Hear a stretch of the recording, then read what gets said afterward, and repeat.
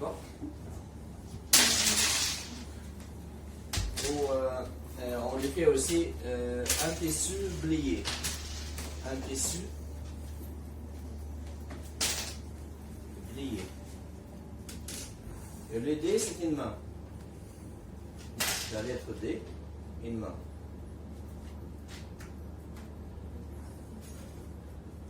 Et le E et le I, soit un roseau,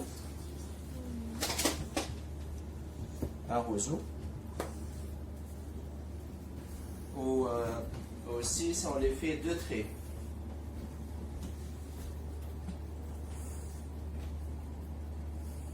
Et le F et les V, in vipère. In vipère. Oui. Vipère. Et le G, c'est une chaise. Une chaise. Et le H, petite maison.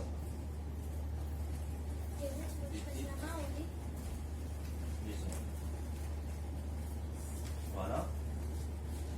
Et le G, c'est un serpent.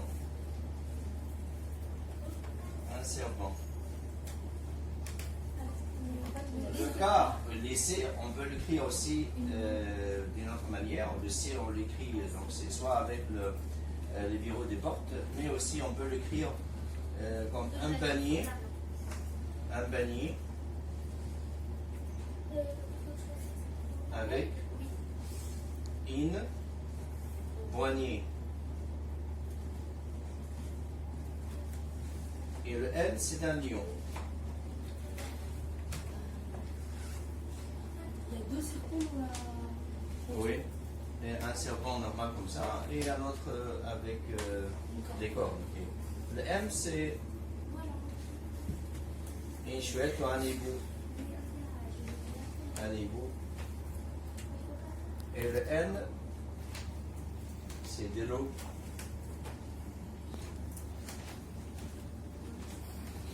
Et le O, une caille. Et le B, une porte.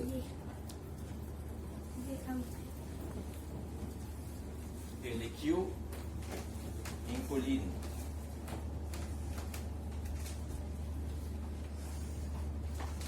Et le R, une bouche. La bouche. Et le T, une galette de pain. Un pain. Et le W, c'est un lasso. Un lasso comme ça. Et on peut écrire le O et le W soit avec le lasso ou avec la petite caille. Et le U. Et le U n'existe pas. Et le Z n'existe pas. Et le J. Et le X n'existe pas. Merci. Le J. Donc c'est le Le J. un serpent. Un serpent. Et il y avait donc l'alphabet, mais il y avait aussi 10 000 déterminatifs. 10 000 déterminatifs. Pour bien expliquer les verbes et les noms et les mots. Vous devez ajouter après chaque verbe, chaque mot, un déterminatif. Pour un homme, par exemple, si le nom était le nom d'un homme, ils écrivaient, ils mettaient un homme assis comme ça. Si le nom était le nom d'une femme, ils mettaient une femme assise comme ça. Si le nom était le nom d'un enfant, un petit, mettez un enfant petit, mettant le doigt dans la bouche.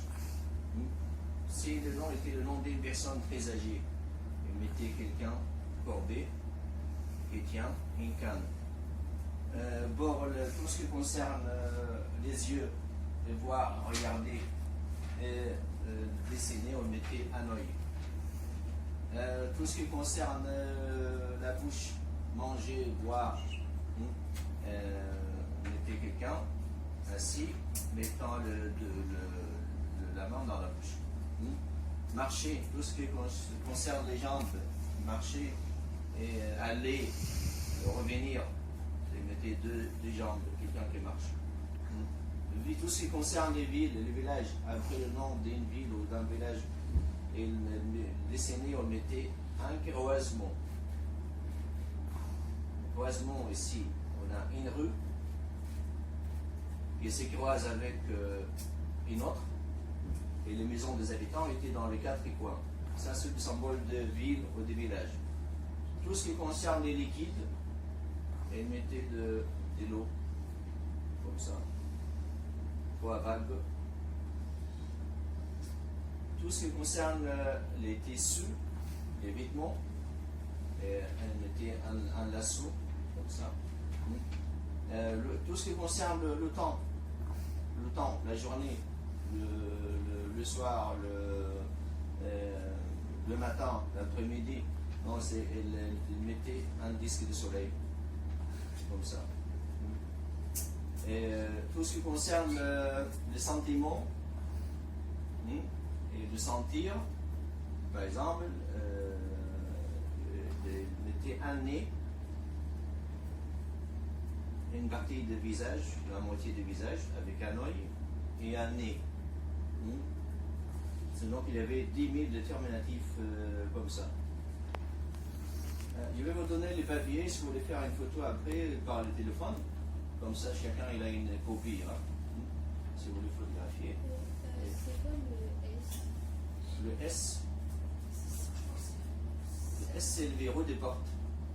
Ah, quand C'est soit les verrous des portes ou un tissu plié. Les prénoms. Comment vous écrivez les prénoms? Si vous voulez G, par exemple, pour un masculin, c'est I, c'est prononcé I et c'est dessiné comme ça. Un homme assis, c'est G.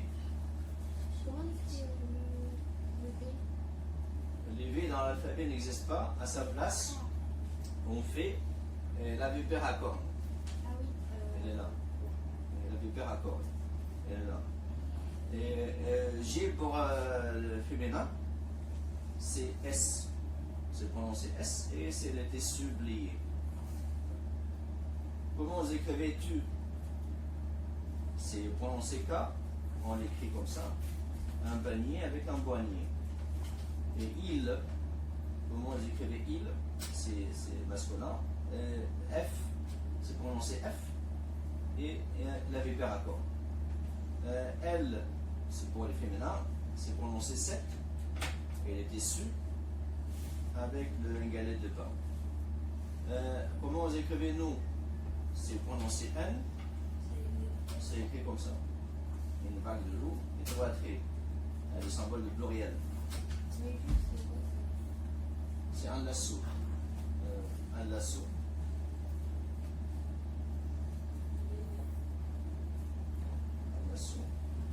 Et ici, c'est le nous. Et vous, c'est prononcé ten. Et ten, et on l'écrit comme ça.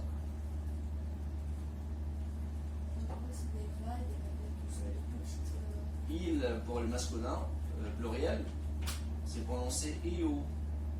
Iou, on l'écrit comme ça. Comme un arrobase. Et elle, pour le féminin, pluriel, c'est prononcé sen. Et sen, on écrit comme ça. Ça, c'est masculin. C'est masculin. G, masculin. C'est prononcé I. Et comment vous écrivez les chiffres? Comment vous écrivez les chiffres? Si vous voulez écrire de 1 jusqu'à 9, c'est un trait vertical. Comme ça. De 10 jusqu'à 90, comme le fer à cheval. De 10 jusqu'à 90. De 100 jusqu'à 900. Un rond comme ça qui ressemble à l'arrobase. De 100 jusqu'à 900. De 1000 jusqu'à 9000, c'est 1000, c'est un croissant avec une flèche. une galette de pain de 1000 jusqu'à 9000. De 2000 jusqu'à 90 000, de 10 000 jusqu'à 90 000, c'est un bâton courbé. Jusqu'à 90 000. De 100 000 jusqu'à 900 000, une grenouille. La grenouille. Ok? Donc c'est le chiffre 100 000. Ça veut dire 200 000, c'est 2. 300 000, 3. 3 grenouilles. Jusqu'à 900 000. Et 1 million était un homme à genoux et les mains en deux bras. Il dit c'est trop. Stop. Donc ici, ce sont les chiffres. Comment s'est composée une phrase en hiéroglyphe? Il y avait deux sortes de phrases en hiéroglyphe. Il y a une phrase qui se compose d'un verbe, d'un sujet et un objet. On donne un exemple. Par exemple, ici, écoutez parce que c'est la bonne prononciation du hiéroglyphe. On a découvert le son du hiéroglyphe à l'époque romaine, parce qu'à l'époque romaine, il y avait des prêtres qui parlaient, qui écrivaient les hiéroglyphes. Donc les hiéroglyphes, c'est une langue qui a un son qui parlait. Donc c'est Weben, c'est la prononciation. Weben, Ra, M, Bet.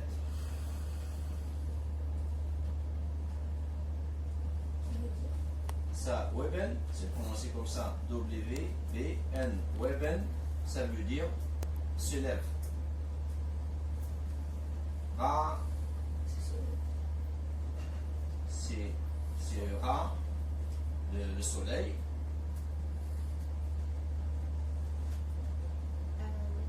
M, c'est une proposition. Une proposition qui veut dire A ou U. Et Bet, ça veut dire ciel. Donc le soleil s'élève au ciel. Weben, mais le verbe avant le sujet. Un verbe, sujet et objet. Donc c'est le soleil s'élève au ciel. Une deuxième phrase qui se compose d'un sujet et un objet. On n'a pas un verbe. Comment, par exemple, et iu,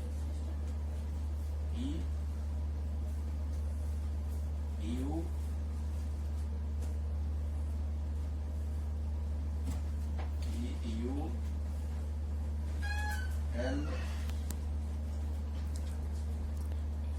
alors échoue.